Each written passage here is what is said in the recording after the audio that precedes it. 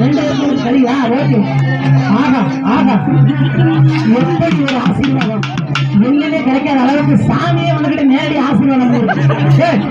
நீங்க வா, நீங்க வா, நீங்க வா, நீ உள்ள போவாங்க. என்னங்க வா, அந்த காலுக்கு பேர் தம்பி குருவனுக்கு. சரி, இந்த வா. அப்படி வந்துருங்க, அப்படியே ரெண்டு வந்துருங்க. ஏமா இந்த பாரு, அற்புதமான ஒரு கல்யாணம், அழகான கல்யாணம். இந்த பாரு, சூப்பரான கல்யாணம் பண்ணி வச்சிருக்கிறோம்.